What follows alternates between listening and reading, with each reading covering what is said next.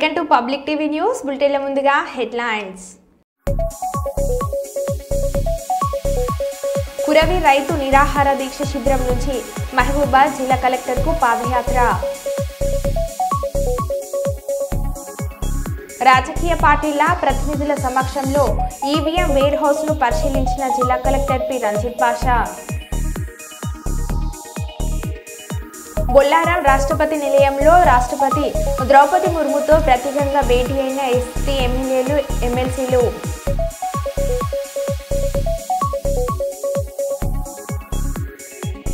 క్రైస్తవులందరికీ Christmas శుభాకాంక్షలు తెలిపిన MLA యశస్విని రెడ్డి.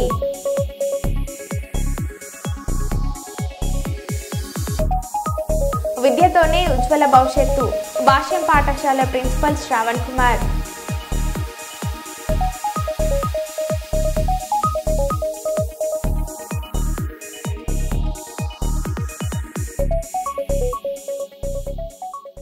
ఇక వివరాల్లోకి వెళ్తే వరంగల్ జిల్లాలో ఫెర్టిలైజర్స్ తరలింపులో లారీ యజమానులు తీవ్ర ఇబ్బందులు పెడుతున్నారని వరంగల్ ఉమ్మడి జిల్లా మినీ వ్యాన్ అసోసియేషన్ అధ్యక్షులు నాగేశ్వరరావు ఆరోపించారు.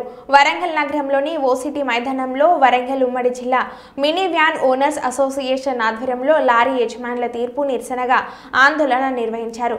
ఫెర్టిలైజర్స్ తరలింపులో 5 టన్నుల నుండి 12-10 వరకు లారీ యూనియన్ వారు అవకాశం గతంలో కల్పించాలని ఇప్పుడు నిరంకుశంగా డిఏసీఎంలను ఫెర్టిలైజర్స్ తరలింపులు అనుమతించడం లేదని, దీంతో తాము కిస్తీలకు చెల్లించకుండా తీవ్ర ఇబ్బందులు ఎదుర్కొంటున్నామని, అంతేకాకుండా దుకాణందారులు యూనియన్ రసీదు లేకుండా డీసీఎం వ్యాన్లకు లోడింగ్ స్లిప్పులు వివరాలు అంటూ ఆదేశాలు ఇవ్వడంతో తమ డీసీఎంలో ఫెర్టిలైజర్స్కు తరలించేందుకు అధికారులు ఇబ్బందులు గురిచేస్తున్నారంటూ డీసీఎం ఓనర్లు ఆందోళన వ్యక్తం చేస్తున్నారు.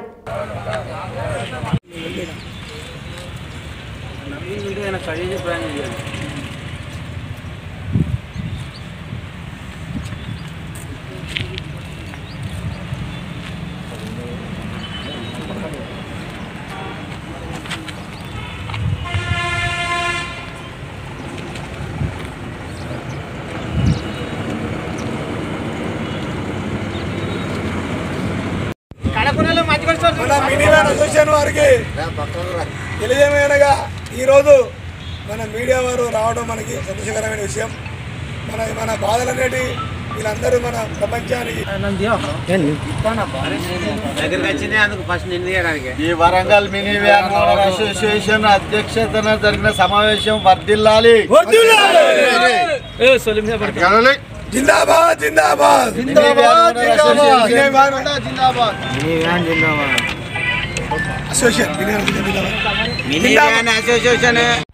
ఉమ్మడి జిల్లా mini van Warangal district mini van association తరఫున మేము లారీ వాళ్ళ తరఫున చాలా కష్టాలు జరుగుతున్నాం.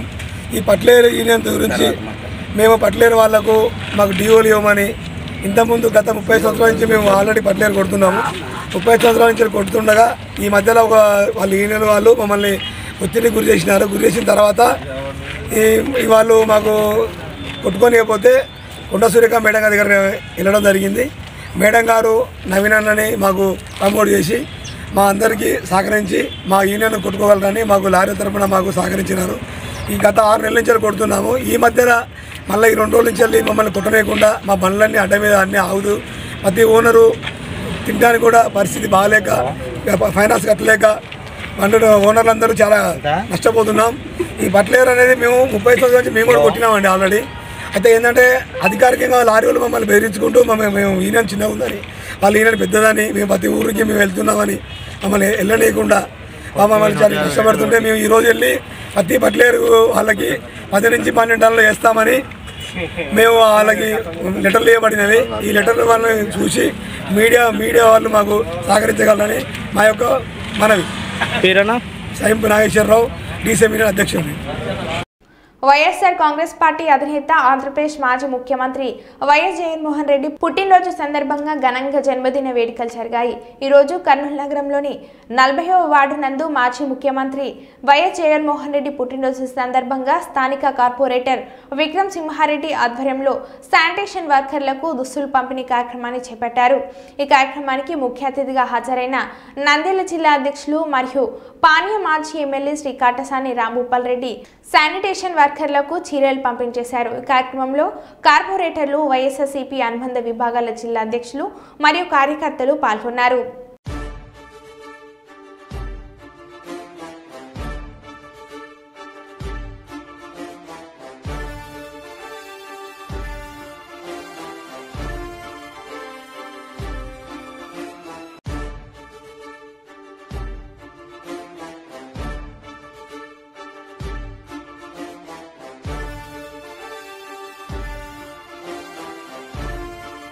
శ్రీకాకుళం జిల్లా కోటబొమ్మాలి మండలం కస్తూరిపాడు గ్రామంలో వంశధార కాల్వపై దశాబ్దాల క్రితం ఏర్పాటు చేసిన కాలినడకన వంతెన శిథిల వ్యవస్థకు చేరుకొని ప్రమాద గంటికలు సూచిస్తుంది.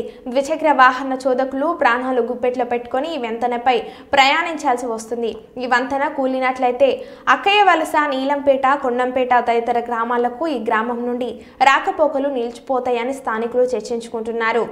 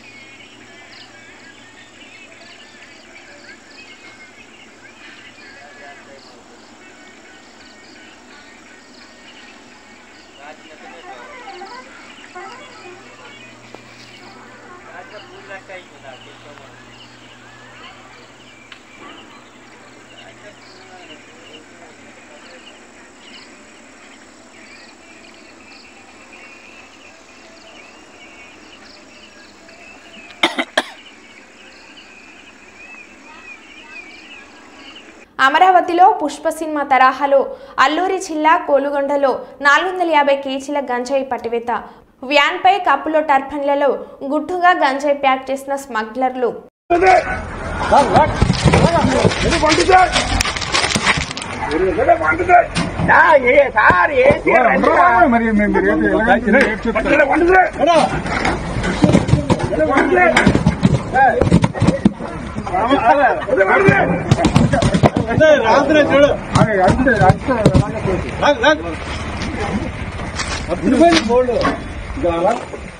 దీపం జాగ్రత్త.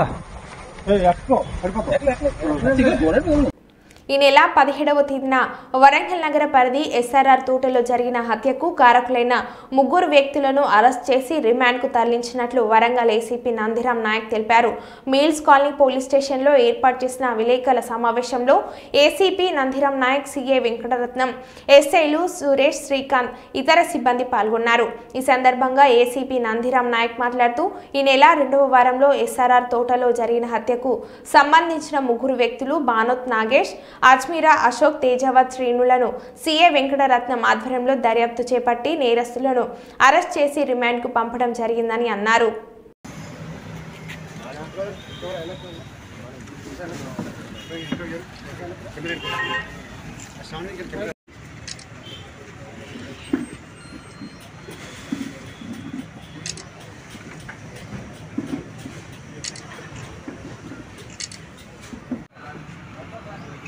దీని మధ్య గత 2-3 నెలల నుంచి కొన్ని డిస్ప్యూట్స్ వచ్చి గొడవలు పడుతూ ఉన్నారు. ఆ గొడవల క్రమంలోనే ఈ మృతుడైనటువంటి దిల్కుష్ కుమార్, అదేవిధంగా దూలార్ చంద్ర కుమార్ ఈ బానోత్ నగేష్ వైఫ్ను మరి వాళ్ళు కొన్ని కామెంట్స్ చేసినట్టుగా ఆ విషయంలో వీళ్ళు గొడవ పడడం జరిగింది. అయితే అది మనసులో పెట్టుకొని ఈ బీహార్ రాష్ట్రానికి చెందినటువంటి వారు అంత దూరం నుంచి వచ్చి ఇక్కడ మా భార్యను మరి కామెంట్ చేయడం ఏంటి అనేటువంటిది ఒక గ్రడ్జ్, ఒక పగ అనేటువంటిది వాళ్ళు పెంచుకొని మరి వీళ్ళని ఎట్లయినా ఎలిమినేట్ చేయాలి, వీళ్ళని చంపాలి అనేటువంటిది వాళ్ళు నిర్ణయించుకున్నారు బానోత్ నగేష్. దానికి వాళ్ళ బాంబర్దులైనటువంటి అశోక్ అదేవిధంగా శ్రీనివాస్ యొక్క సహాయం తీసుకొని మరి 17వ తారీఖున మరి ఈ దులార్ చంద్ర కుమార్ మన అండర్ బ్రిడ్జ్ దగ్గర మేఘనాబార్ సమీపంలో తన మిత్రుడు వరంగల్ రైల్వే స్టేషన్కి వెళ్తూ ఉంటే అతన్ని సెండప్ చేసే క్రమంలో వాళ్ళు ఉండగా ఈ యొక్క నేరస్తులు బానోత్ నగేష్, అశోక్, శ్రీనివాస్ ముగ్గురు కలిసి అతన్ని చంపాలనేటువంటి ఉద్దేశంతో అతని మీద దాడి చేయడం జరుగుతుంది. ఆ దాడి నుండి మరి ఈ దులార్ చంద్ర కుమార్ తప్పించుకోవడం జరుగుతుంది. అతని యొక్క ఇద్దరు మిత్రులు కూడా తప్పించుకొని వెళ్ళిపోవడం జరుగుతుంది. తప్పించుకొని పోయిన తర్వాత ఈ ముగ్గురు నేరస్తులు మరి వీళ్ళు ఉండేటువంటి రూమ్ ఏదైతే ఉందో పుట్నాల మిల్లు ఎస్ఆర్ఆర్ తోట సమీపంలో అక్కడికి వెళ్తారు. అక్కడ ఈ తప్పించుకున్నటువంటి దులార్ చంద్ర కుమార్ యొక్క తమ్ముడు దిల్కుష్ కుమార్ ఆ రూమ్లో ఒంటరిగా ఉండడం చూసి మరి ఈ ముగ్గురు నేరస్తులు మరి బానోత్ నగేష్, అశోక్ అదేవిధంగా శ్రీనివాస్ ముగ్గురు కలిసి అక్కడ వెళ్ళి ఆ రూమ్లో ఉన్నటువంటి దిల్కుష్ కుమార్ మీద దాడి చేసి రాడ్డుకొని బలంగా తలపై కొట్టడంతో అక్కడికక్కడే అతని దగ్గర నుంచి మరి అతన్ని చంపడానికి యూజ్ చేసినటువంటి రాడ్డు అదేవిధంగా వాళ్ళు వాడినటువంటి బైక్ను సీజ్ చేసి వాళ్ళని అరెస్ట్ చేసి పోలీస్ స్టేషన్ తీసుకొని రావడం జరిగింది. వారిని ఈరోజు ముగ్గురిని కూడా రిమాండ్ పంపడం జరుగుతూ ఉంది. అదేవిధంగా వారిపైన రౌడీ షీట్ కూడా ఓపెన్ చేస్తున్నాం. వాడు చాలా నోటోరియస్ ఉన్నాడు. ఆ నగేష్ అనేటువంటి ప్రధాన ముద్దాయి ఎవరైతే ఉన్నారో A1 చాలా నోటోరియస్ లో అతని మీద సర్వేలెన్స్ అవసరం ఉంది. అతని పైన మేము రౌడీ షీట్ కూడా ఓపెన్ చేస్తున్నాం. సో ఈ కేసుని నిజంగా కూడా ఒక షార్ట్ పీరియడ్లో పక్కా పాణ్యం నియోజకవర్గం పరిధిలోని ఓర్వకల్ ఎంపీటీఓ ఆధ్వర్యంలో మండల పరిషత్ సర్వసభ్య సమావేశం నిర్వహించారు. పాణ్యం ఎమ్మెల్యే గౌడ్ చరితారెడ్డి ఈ కార్యక్రమానికి ముఖ్య అతిథిగా హాజరయ్యారు. ఈ కార్యక్రమంలో ఓర్వకల్ మండల జెడ్పీటీసీ, ఎంపీపీ, ఓర్వకల్ మండలం తహసీల్దార్ విద్యాసాగర్, ఎంటీఓ శ్రీనివాసులు, ఇంకా మండలంలోని పలువురు సర్పంచ్లు, ఎంపీటీసీలు, సంబంధిత వివిధ శాఖల అధికారులు పాల్గొన్నారు.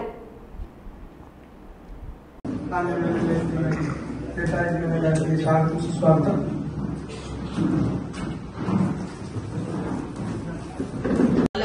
ఎక్స్ సర్వీస్ మెన్ అయితేనేమి గతంలో ఎవరెవరికైనా ఇచ్చే వాళ్ళంతా అంటే స్టేట్ వైడ్ గా వాళ్ళంతా మా పొలం ఇక్కడ ఇచ్చారు మాకు లేదు. ఇప్పుడు ఎమ్మెల్యే గారు అక్కడ చరితారెడ్డి గారు ఉన్నారంటే అక్కడ నుంచి నాకు రోజు ఫోన్లు వస్తాయి. అమ్మ మీ దగ్గరికి పంపిస్తాం, పలానా భీమవరం వాళ్ళంట, పలానా తాడేపల్లిగూడెం అంట, పలానా వాళ్ళమ్మ మీ దగ్గరికి వస్తారు, వాళ్ళకి న్యాయం చేయండి. ఇక్కడ చూస్తే ఆ పొలం లేదు, ఆ సర్వే నెంబర్ లేదు, ఎవరో ఆక్యుపై చేసుకున్నారు. ఎన్ని ఏళ్ల కింద గతంలో చాలా జరిగాయి గత ప్రభుత్వం ఉన్నప్పుడు. కాబట్టి నేను ఒకటే కోరుతా ఉన్నా, ఈ రెవెన్యూ సదులకు సంబంధించి కూడా నేను సీఎం గారిని కూడా కోరడం జరిగింది. తప్పకుండా న్యాయం జరగాలి. ఏదైతే మనం ఇచ్చామో వాటికి వాళ్ళు నష్టపోకుండా వాళ్ళు సాగు చేసుకున్న పొలాన్ని వాళ్ళకి ఇవ్వడం జరుగుతుందని కూడా గతంలో 2004 నుంచి 2009 వరకు ఇక్కడ ఎమ్మెల్యేగా ఉన్నాం. అప్పుడు ఎవరు సాగు చేసుకుంటే వాళ్ళకు భూ పంపిణీ కార్యక్రమం పేరిట ప్రతి ఒక్కరికి 2 ఎకరాలు ఇవ్వడం జరిగింది.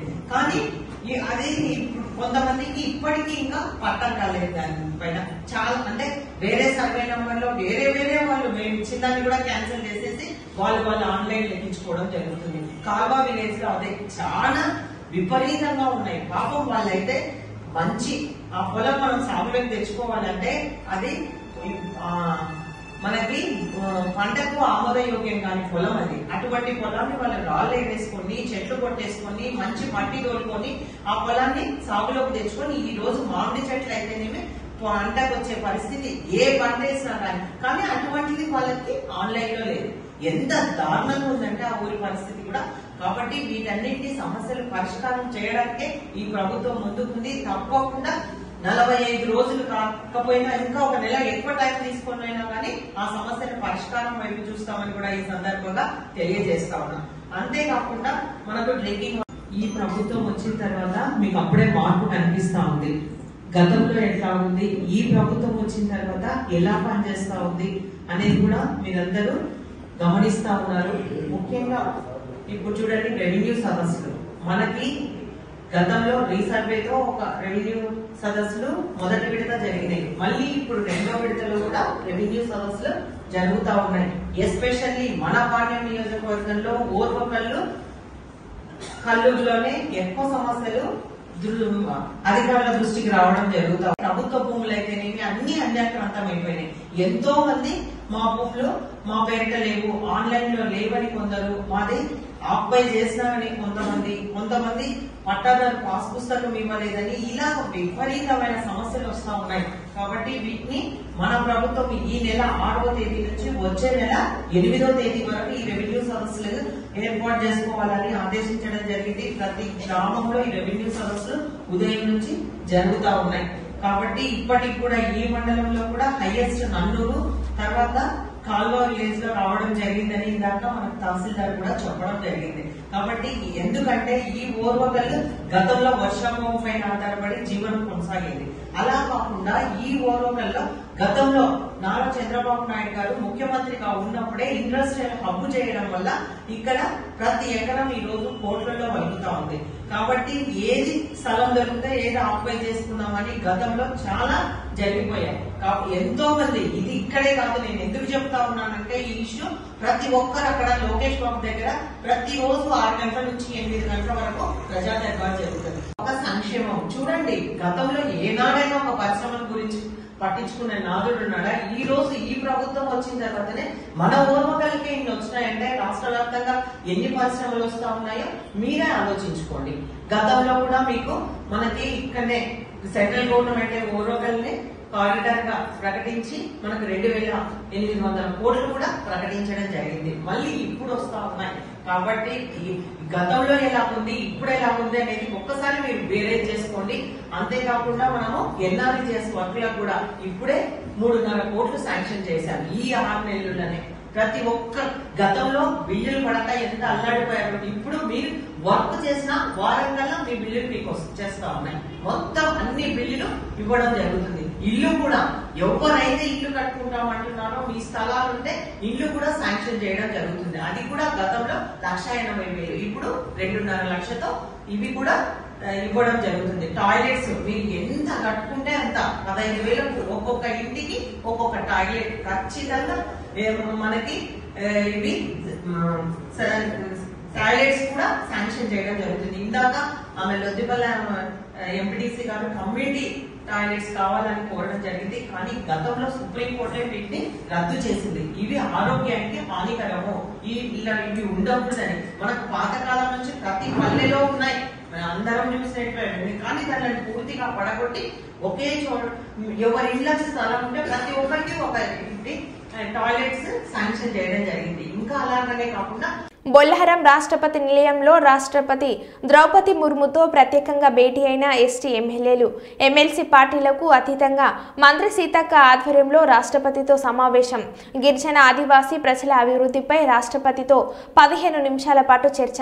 రాష్ట్రంలో ఎస్టీల పరిస్థితి, వారి సంక్షేమ అభివృద్ధి కోసం చేపట్టిన కార్యక్రమాల వివరాలను రాష్ట్రపతికి నివేదిక అందించిన ఎమ్మెల్యేలు తెలంగాణలోని ఎస్టీల అభివృద్ధి కోసం కేంద్రం నుంచి ప్రత్యేక నిధులు తీసుకువచ్చేలా ప్రత్యేక చొరవ చూపాలని రాష్ట్రపతిని కోరిన ఎమ్మెల్యేలు గిరిజనుల గార్డియన్ గా వారి అభివృద్ధికి కేంద్రం నిధులు మంజూరు అయ్యేలా చూడాలని రాష్ట్రపతిని విజ్ఞప్తి చేసిన ఎమ్మెల్యేల విజ్ఞప్తికి సానుకూలంగా స్పందించిన రాష్ట్రపతి ఎస్టీల సంక్షేమం కోసం కేంద్రం నుంచి ఎన్ని నిధులు వస్తున్నాయి, ఎక్కడెక్కడ ఖర్చు చేస్తున్నారు, ఇంకా ఎన్ని నిధులు కావాల్సి ఉంది అన్న అంశాలపై ఎప్పటికప్పుడు ఎస్టీ ఎమ్మెల్యేలతో సమీక్షలు నిర్వహించి కేంద్రానికి నివేదిక అందించాలని మంత్రి సీతక్కను ఆదేశించిన రాష్ట్రపతి రాష్ట్రంలో గిరిజనుల అవసరాలను బట్టి కేంద్రం నుంచి అదనంగా నిధులు మంజూరు చేయించేందుకు చొరవతో చూపిస్తానని హామీ ఇచ్చిన రాష్ట్రపతి గిరిజనుల సంక్షేమం కోసం తనతో ప్రత్యేక సమావేశాన్ని ఏర్పాటు చేసిన మంత్రి సీతక్కను అభినందించిన రాష్ట్రపతి తమ విజ్ఞప్తికి సానుకూలంగా స్పందించిన రాష్ట్రపతికి కృతజ్ఞతలు తెలిపిన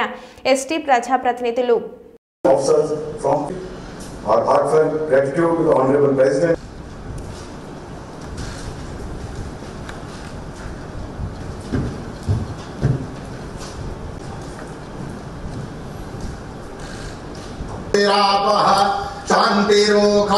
أعوذ بالله من الشيطان Heavenly Father, we visit the Lord at this special ceremony of the President.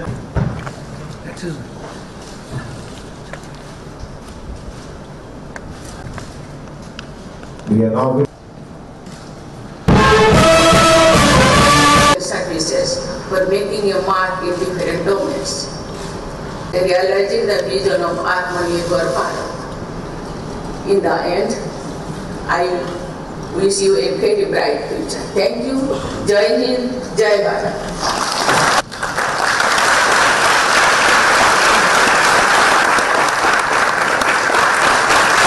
The new edition of the special book called Pearls of Ancient Indian Wisdom and present the first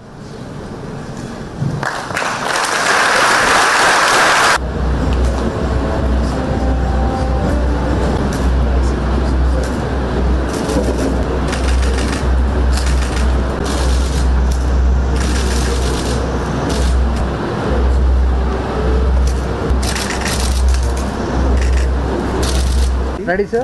Ready, ma'am? Ready, sir?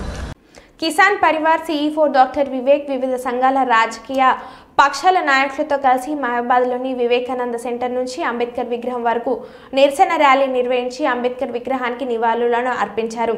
అనంతరం కేంద్ర మంత్రి అమిత్ షా దిష్టిబొమ్మను దగ్నం చేశారు. అంబేద్కర్ పట్ల అనుచితంగా వ్యాఖ్యలు చేసిన అమిత్ షా వెంటనే క్షమాపణ చెప్పాలని డిమాండ్ చేశారు.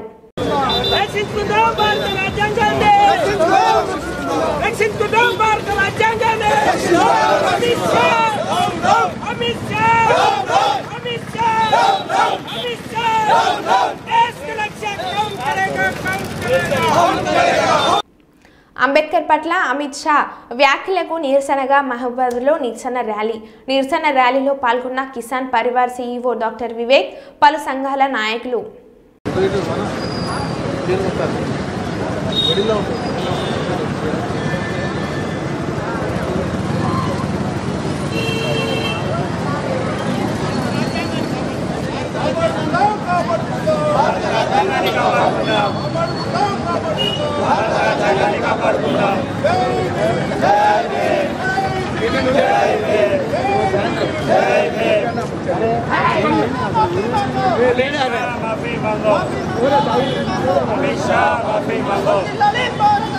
వైఎస్ఆర్ కాంగ్రెస్ పార్టీ అధినేత మాజీ ముఖ్యమంత్రి వైఎస్ జగన్మోహన్ రెడ్డి పుట్టినరోజు సందర్భంగా డాన్ బోస్కో అనాథ పిల్లల ఆశ్రమం నందు జన్మదిన వేడుకలు జరిగాయి.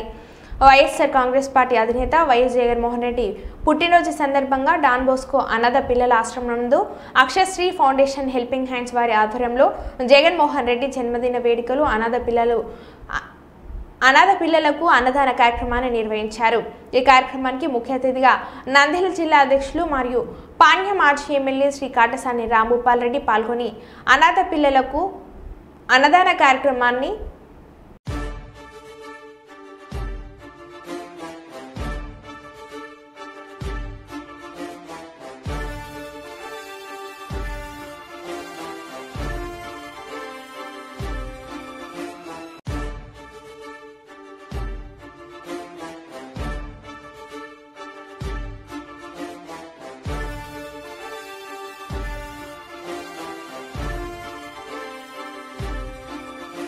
Thank you.